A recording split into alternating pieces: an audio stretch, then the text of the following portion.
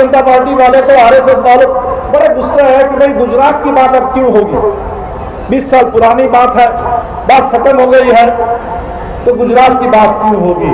गुजरात की बात होगी तब तक होती रहेगी जब तक हिंदुस्तान में हमें पूरा का पूरा इंसाफ ना मिले, जब तक ये जनसंहार करने वाली, बलात्कार करने वाली ताकतों को हम गद्दी से बाहर ना कर दे, समाज में कमजोर ना कर दे, तब तक गुजरात की बात होती रहेगी, क्योंकि हमें गुजरात से संकल्प लेना है। हम बिहार के राजधानी पटना में है और पटना के गांधी मैदान में उपस्थित है और ध्यान से दिखाइए कि ये जो जन सैलाब दिख रहा है, लोगों का जन सैलाब। रोको महंगी बंदो दो, रोको महंगी बंदो दो, लोकतंत्र बचाओ, देश बचाओ, कॉमरेड दीपंकर भट्टाचार्य को लाल सलाम, कॉमरेड दीपंकर भट्टाचार्य को लाल सलाम।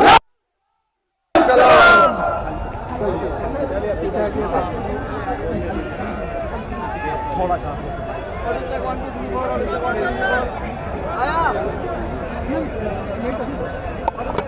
हम फिर मिलेंगे साथियों संघर्ष के मैदानों में, संघर्ष के तूफानों में। कॉमरेड विनोद मिश्र ने अपने निधन से कुछ दिन पहले ये लिखा था और आज संघर्ष के तूफानों में गांधी मैदान में हम फिर मिल रहे हैं। इस ऐतिहासिक रैली को सफल बनाने के लिए बिहार के कोने कोने से आए अपने तमाम लाखों साथियों को मेरा इनकलाबी लाल सलाम। कल से महाधिवेशन है और आज हम रैली में हैं। रैली का केंद्रीय नारा लोकतंत्र बचाओ, देश बचाओ नारा है। जब वो कहते हैं कि आत्मनिर्भर, उसका मतलब है अंबानी निर्भर और अदानी निर्भर। अगर वाकई गरीबों की ताकत देखनी हो, आत्मनिर्भरता देखनी हो, तो मालो की रैली में आकर के देखिए कि गरीब लोग किस तरह से अपने साधन पर, पार्टी का कोई अपना साधन नहीं है, पार्टी के पास कोई ऐसी स्थिति नहीं है कि हम लोगों को लाने के लिए बहुत बड़ी तैयारी करें, लेकिन अपनी चेतना, अपने तैयारी के बल पर, अपने संगठन, अपने आंदोलन के बल पर लोग यहाँ पहुंचे हैं। तो इस इनकलाबी चेतना को, लोगों के इस राजनीतिक चेतना को, समझदारी को मैं फिर एक बार लाल सलाम करता हूँ। साथियों, आज जो हमने नारा दिया, देश संकट में है, और ये कहने की जरूरत नहीं है। संकट चौतरफा है, संकट चौतरफा है और संकट ने एक तरह से पूरे देश को घेर लिया है।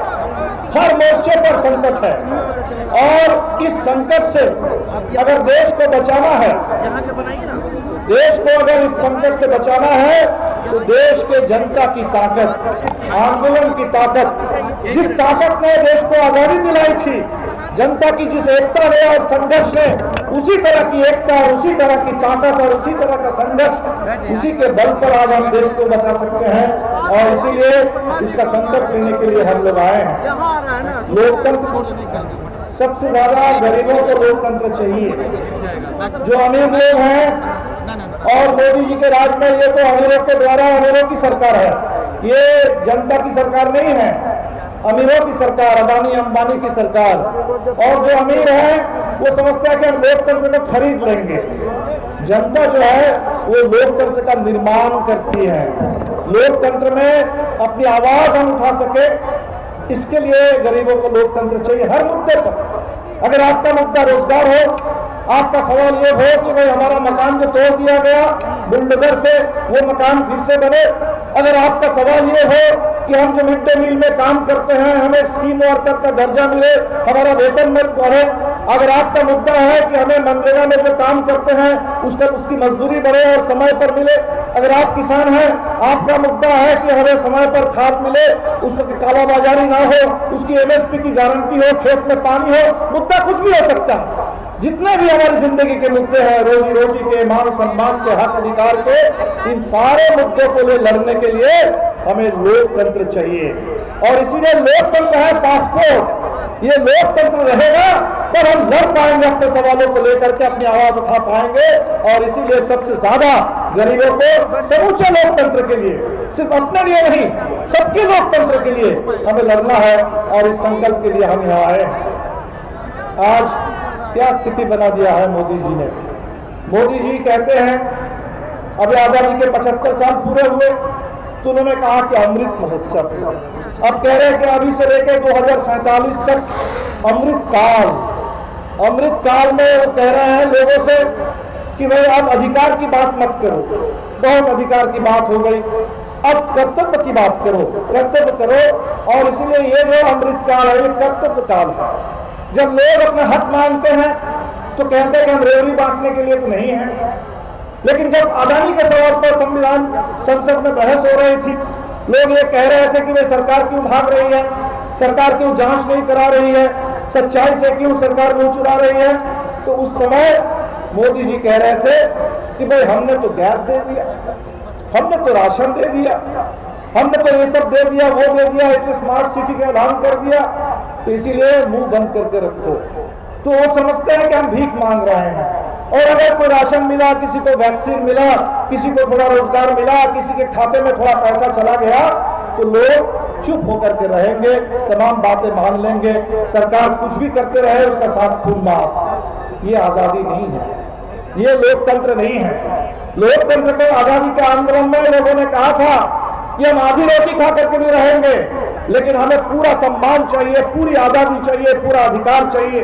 इसलिए कोई अगर ये कहने की हिम्मत करे इस देश में किसी राजा की तरह कि तुम खा रहे हो, तुमको अब राशन दे रहे, इसलिए शुक्रिया अदा करो, राजा का नाम कीर्तन करो, राजा के लिए ताली बजाओ, तो ये राजशाही हिंदुस्तान में चलने वाली नहीं है, ये लोकशाही है और लोकशाही रहेगी। और लोगों का पूरा अधिकार हम ले करके रहेंगे। अभी हमने देखा BBC में एक फिल्म आई गुजरात को लेकर के, और बाद में भी मोदी जमाने में, मोदी सरकार में देश की जो स्थिति है इसको लेकर मोदी जी को बड़ा गुस्सा, भारतीय जनता पार्टी वाले तो RSS वाले बड़ा गुस्सा है कि भाई गुजरात की बात अब क्यों होगी, 20 साल पुरानी बात है, बात खत्म हो गई है, तो गुजरात की बात क्यों होगी। गुजरात की बात होगी तब तक होती रहेगी जब तक हिंदुस्तान में हमें पूरा का पूरा इंसाफ ना मिले, जब तक ये जनसंहार करने वाली, बलात्कार करने वाली ताकतों को हम गद्दी से बाहर ना कर दे, समाज में कमजोर ना कर दे, तब तक गुजरात की बात होती रहेगी। क्योंकि हमें गुजरात से संकल्प लेना है, तबाही की नीतियों से, RSS की नफरत और साजिश की राजनीति से छुटकारा देश को मिलनी चाहिए।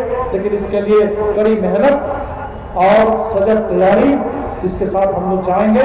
आप तमाम साथियों को, बिहार के हर कोने से जो साथी इतनी मेहनत करके आए हैं और देश भर से जो हमारे डेलीगेट साथी पहुंचे हैं, लंबा सफर करके, लंबी दूरी तय करके, तमिलनाडु से आए हैं, भाषा नहीं समझ पा रहे हैं, लेकिन दिल में वही बात, वही संकल्प है। वो आए हैं, कहाँ से आए हैं, भाषा बहुत लोग नहीं समझ पा रहे हैं हिंदी, लेकिन पूरा हिंदुस्तान आज यहाँ जमा है। हमारे जो अगुआ साथी हैं, प्रतिनिधि हैं, आज यहाँ जमा है। हमारे बीच में हमारे बांग्लादेश के साथी हैं, नेपाल के साथी हैं, और इन तमाम साथियों को भी हम भरोसा दिलाना चाहेंगे कि ये भारत सरकार, अभी तो अदानी अंबानी की सरकार चल रही थी, अदानी की सरकार थी तो मोदी जी बांग्लादेश जाते हैं और अदानी को ठेका दिलवाते हैं, गोड्डा में बिजली बनती है, गोड्डा के लोगों की जमीन चली जाती है, झारखंड के लोगों को कोई बिजली नहीं मिलती, उनको धुआं ही धुआं, प्रदूषण ही प्रदूषण मिलता है, और बांग्लादेश के लोगों को भी महंगी बिजली मिलती है, जिस बिजली की उनको जरूरत नहीं थी।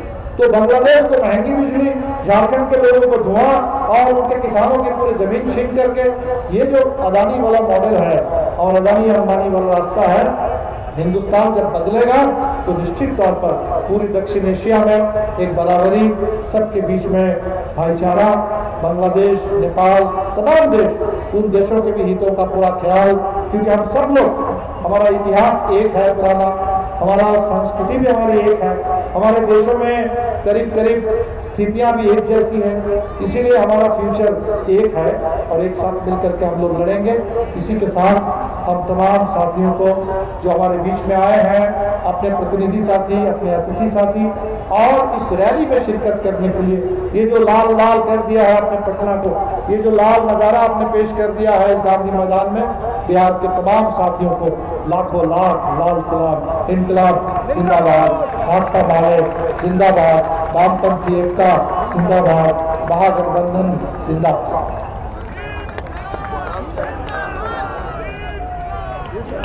साथियों